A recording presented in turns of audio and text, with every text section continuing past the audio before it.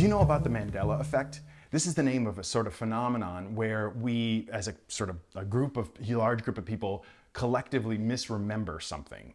It's named for the fact that Nelson Mandela was thought to have died in prison, but in fact was alive.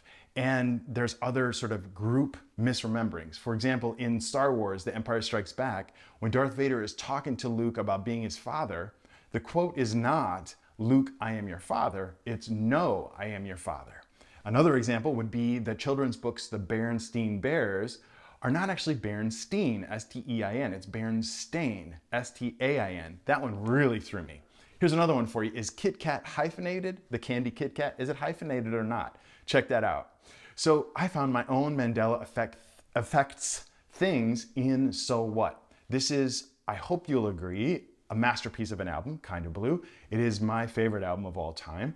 And I thought I knew this bass line to So What. And I discovered some things that I kind of already had some questions about that, okay, I confirmed, yeah, this is a little off from what I had thought in the past. But then there's one thing that truly was a Mandela Effect, phenomenon for me that I wonder if you knew about too. So let's talk now more about the essential bass line, So What.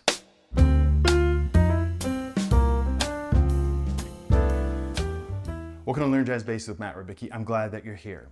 Paul Chambers played bass, of course, on Kinda Blue and played on So What. We have this intro that you just heard me play at the beginning of this video, and I wonder if you ever sort of knew that there is a couple notes in there that shouldn't sort of work on a conventionally tuned bass. There's a low E flat in there, and I had heard that before, I thought. When I had checked it out a little more carefully, and I thought, oh, that's just sort of must be like a tape problem, a problem with the recording. Then some years after that, the 50th anniversary of Kinda Blue came out, and they released an image of Gil Evans' arrangement of the intro to Kinda Blue. And it was, originally I had thought this was his arrangement for the recording of Kinda Blue, but it's an arrangement for a TV show recording that they did soon after the recording of Kinda Blue. And he made some arrangements for some other instruments that weren't just the quintet, Miles Davis's quintet. So I saw this image, and then I finally got my hands on a copy of the book, the 50th anniversary book that had a copy of this image of Gil Evans' arrangement of the intro. And sure enough, there are low E flats in that written part. So that made me think, okay, well, I guess maybe Bill was just playing something on the piano. Bill Evans was playing something on the piano, and Paul's like clashing with that, because there's a moment where there's a lot of dissonance, a lot of the sonic sort of waves that are happening in the sound. And so I thought, okay, maybe it's that. And then I go back and I listen again, having now this chart in front of me, which I provided to you in the PDF here, Gil Evans's own written out part. And sure enough, as I say, there are E flats in there, and going back and listening to the recording again, I hear E flats in what Paul Chambers is doing. So what the heck is happening? That's one part. The second part is who actually wrote this intro. There is multiple written sources that say that Tio Macero, who was the producer of the album session, remembers that Gil Evans wrote this intro for So What. And we have photos from the staff photographer at Columbia Records where you can see that Gil Evans is in the studio during that time. But I never saw anybody else credit him as being the writer. Now, the fact that he wrote this arrangement in his own hand for the, I think it was CBS TV thing soon after the recording, lends some credence to the fact that he wrote it and the fact he was in the studio. But Bill Evans, the pianist, talks about, not only did he say at one point, oh yes, there was a written out part for the beginning of So What, but mostly it was not written. So he acknowledges that it was written out, but he doesn't say by whom. And then he also says that he and Miles had worked on sketches ahead of time, ideas for the tunes. And he, in fact, is sort of famously unhappy about not being credited for more compositional sort of valor on the recording. So not having his compositional part of the recordings given their due. And so this all made me think sort of like, who actually wrote this intro? And I don't actually know. If any of you know, please let me know. I am dying to know the actual truth about this. My guess is it was Gil Evans. Let's assume that it was, and let's let our ears inform what's happening. Most importantly to me is what is actually being played, right? So I'm using my ears. And as I say, I went back again and again and again and checked this out much more carefully this time around, as opposed to the other hundreds of times I've listened to it or the other couple of times I've tried to transcribe it. And sure enough, I hear a low E flat in a couple places, sort of unquestioningly to my ears. So did they do something to the tape? Did Paul Chambers have this tuned to E natural and they did some tape, modulation so that it's down a half step? That doesn't really make sense either. So that leads to the conclusion that perhaps Paul tuned his E string down to E flat. This is an E flat. If that's the case, I don't hear him tuning it back up. And so he would have done the whole tune with this E tuned down to E flat. If he was tuned down to E flat, right, that changes everything he plays on the E string during the walking. So when we've got stuff that would be fretted, that we would be fingered, like G natural, for example, or F natural, for example, that's going to be in a different place. Now, he doesn't go down there, doesn't really mess around on the E string very much in any of the walking, and so it's entirely possible that he's playing like open A, and then the G would be here, and the F is here. If that's kind of all that is happening, if only those basically two notes on the E string are what's happening in the walking, it's possible that's an E flat. Like one can figure that out. You can figure that out pretty quickly where your hand needs to go, in that instance. So that also sort of lends credence to the idea that this may be tuned down to E flat. So what a wild thing, right? Like to think about Paul Chambers, who I've never heard doing this before. In any of the transcription that I've heard, I've never heard him tune down, and so on and so forth. So what is this mystery? Help me figure it out. I've never heard, except in one instance, I've never heard anybody discuss this. I did see some kind of thread somewhere, some kind of discussion amongst bass players talking about this low E flat. If anyone can point me to that or has the facts on this specifically, please also let me know. I'm dying to know what the actual truth is. To my ears, though, I hear E flat, this low E flat. It's also this idea of him tuning down a half step is also bolstered by the idea that he does not play an low open E in any of the walking, in any of the choruses that come after. To my ears, again, there's one place where it might be the case, but I'm not totally sure. So, okay, that would give credence to the idea that he's tuned down to E flat in the E string. But why then not play the low E flat on the bridge, which the chord is E flat minor 7? Why not play the root, this low, cool new thing that he's tuned down a half step? I don't exactly know. I don't know what it is. It is a mystery. But let's assume that he tuned down to E flat. And let's talk about this intro for a second. It's very interesting and leads to some interesting changes that one has to make when you're actually playing, obviously. Obviously, we've moved now where our F would be in half position here is now here, right? And this is an actual E natural where the F would be. So that changes the relationship of, obviously, the intervals. So for example, if in the intro, if we go to the second line where this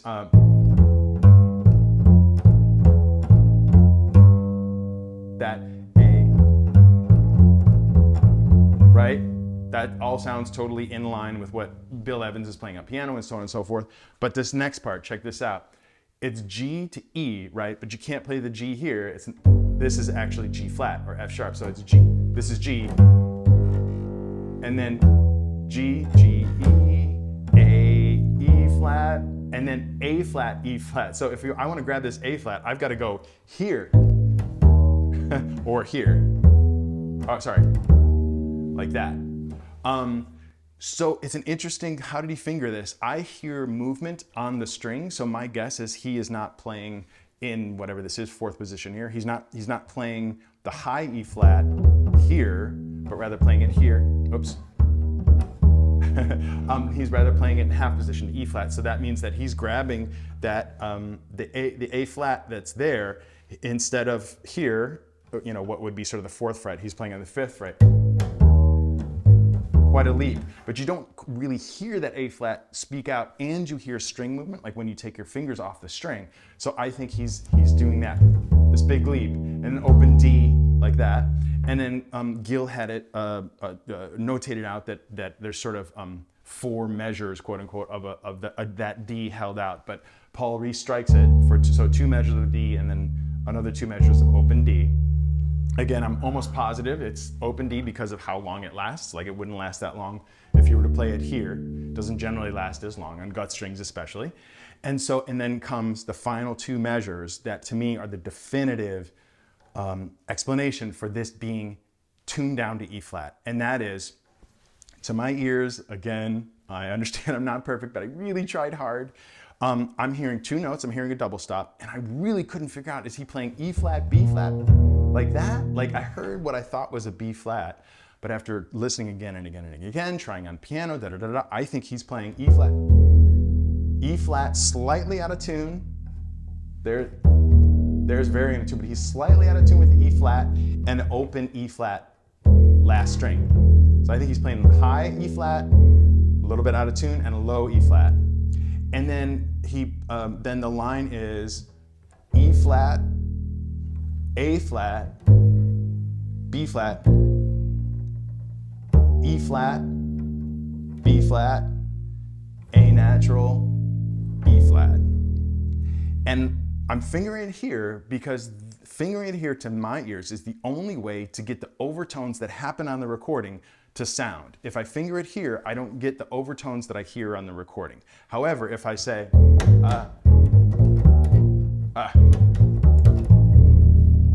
you hear this, the 2 strings going together, and you get like a bunch of overtones happening here. Not just there, but that my finger came off the A string when I'm fingering the E flat here. That sound right there is definitely on the recording. So that's sort of part A, or number 1 of 3 weird things in So What that I really was not so sure about, and now I'm very sure about, and it's freaking me out, man. So that's number 1, is this intro. Let's say he's tuned down to E flat. We'll come back to that. Now we're gonna go to the famous melody that I'm sure, I would guess, you have encountered. If you haven't, this is definitely something you need to know. Remember I said he had this video that he recorded for a TV show. Miles Davis did it with his quintet, and also extra instruments Gil Evans arranged. There is a very clear video that I'll show here of Paul Chambers playing this intro, and you can see his hand and you see how he fingers it. At least generally, he is playing from half position and going up. This old Samandel, that sounded bad. The Samandel way of fingering, would be sort of here to here, as opposed to across the string.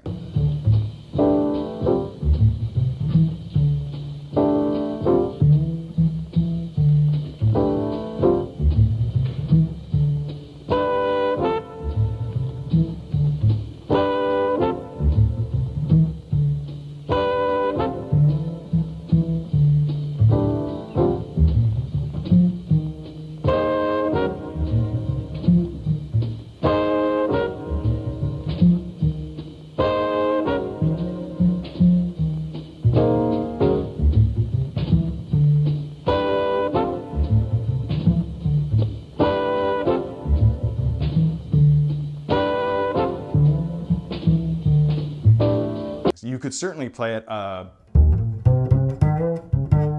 start the D here, or even start open D, play the A there, but he clearly has his hand here. And then based on where he's shifting, I think he's playing open D, A, and then 2nd finger on B, 4th finger on C, and then D is the next note, and because he very clearly slides to E, which is the note after D, like this, I truly believe, and it looks visually like he's playing this with his 4th finger, and then C to D out of tune. And that C is really swallowed, but it's definitely there. So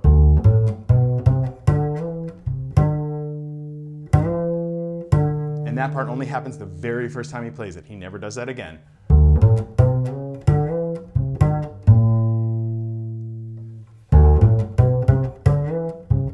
lot of tune there. So I think that's how he's fingering it.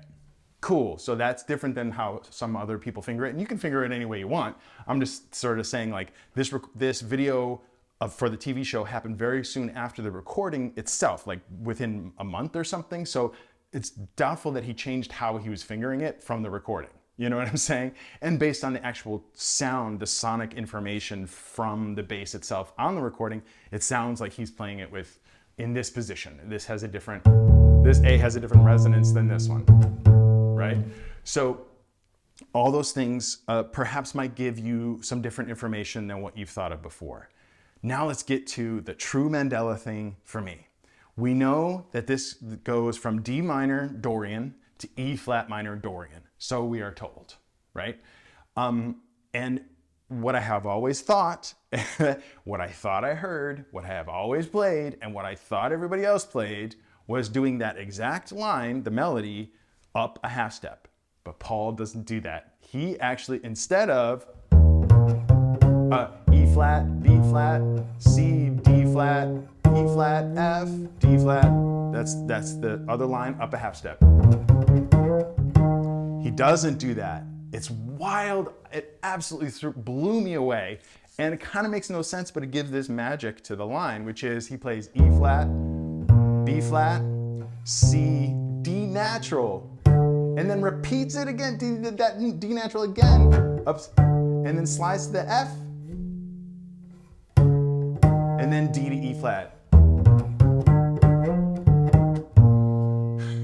E flat, B flat, C, D natural, F.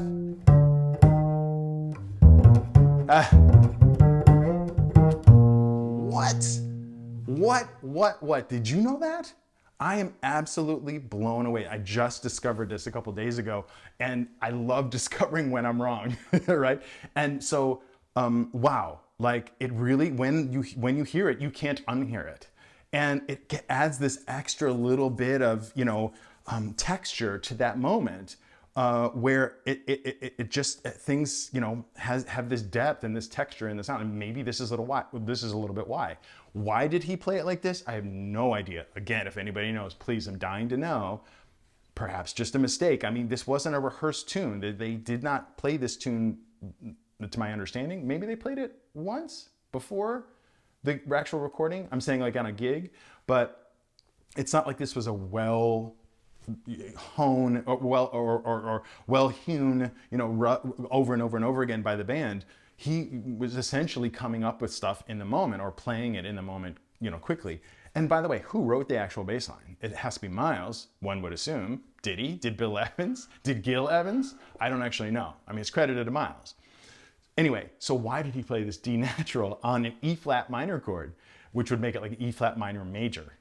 And why does he not play the E flat? He doesn't mimic the exact line. Why does he not play the E flat in there? Why doesn't he play E flat, D flat, C, D natural, E flat, F, D? Plays the D twice, and he does it all the time. So that was intentional. What is happening there?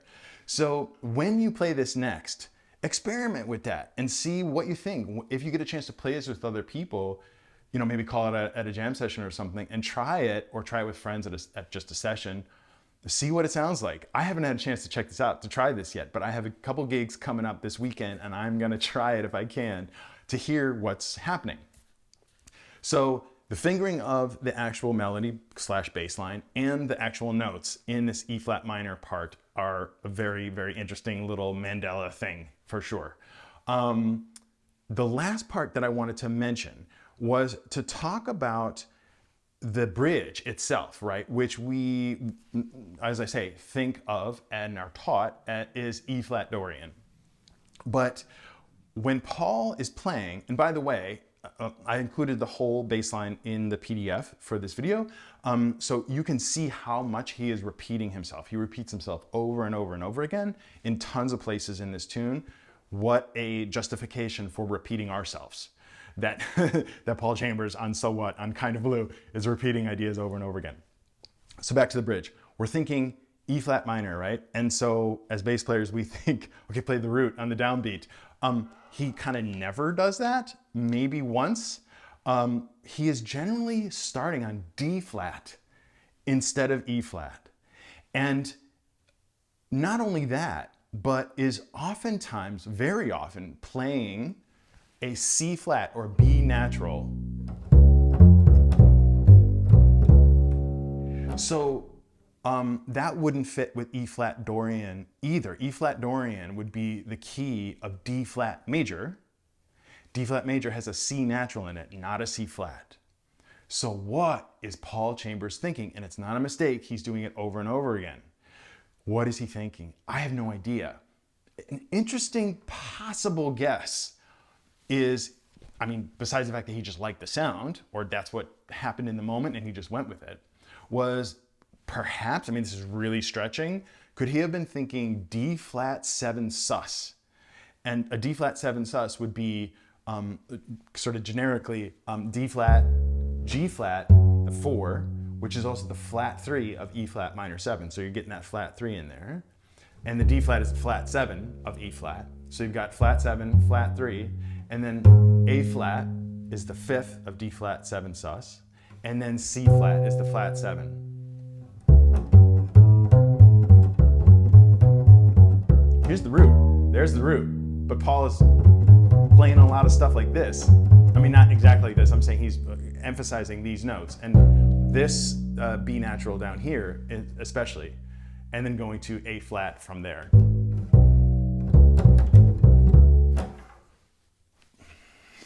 I don't know. You guys, any ideas? I have no idea.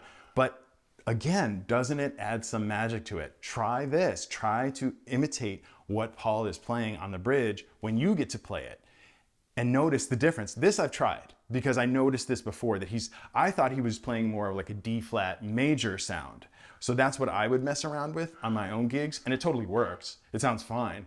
But to, as I say, go deeper, as I did in trying to give you the most accurate transcription that I could, I found, oh man, he's playing not C natural, C flats. It sounds like C natural sometimes, and there's an occasional one in there for sure, but he's emphasizing much more what I hear as C flat. So what is happening? I don't exactly know, but man, it is so cool to discover these things that I didn't really know before and give a totally new light to this song that I thought I knew. And I'm sure you think you know too. And I would absolutely believe you if you said that you knew all this stuff already. There's no way we can know everything, right? But I'm just so excited about it, as you can tell. The other thing I wanted to mention too is because this recording and Paul Chambers and being accurate is all so important to me, this transcription was particularly touchy for me. I really tried to get it as right as possible. And as you may know, the more you try to sort of be perfect, sometimes the more it can not only frustrate you, but it can sort of lead to more problems. Some of that problem is that you'll see on this transcription that I've got several places where it's marked that I'm pretty sure Paul is playing a note flat or sharp. I'm not sure what his intention was. I can take a guess, but in a couple places it's very, very clear, but in a couple places I'm just guessing that's what's happening because I can't exactly hear it. And along with that as well, I've got a couple notes that are in parentheses because I really can't tell what they are. My guess is it's this. I might be hearing an overtone from the drums and so on and so forth. So there's like a lot more sort of nitpicky stuff in this exact transcription because I care about it so much. But that said, there's still like famous and important and great approaches to these chords that you can take for yourself and are very, very clear and you should use when you play this tune. Like people are gonna expect to hear it. That's, whoops, out of tune. People are gonna expect to hear that. And so I hope that sharing this with you will give you some new insight into playing it in the future for yourself and some new ways of maybe listening to this recording you've probably listened to hundreds or thousands of times yourself. Thanks for joining me today. Be sure to look for that PDF below related to this particular essential bass line.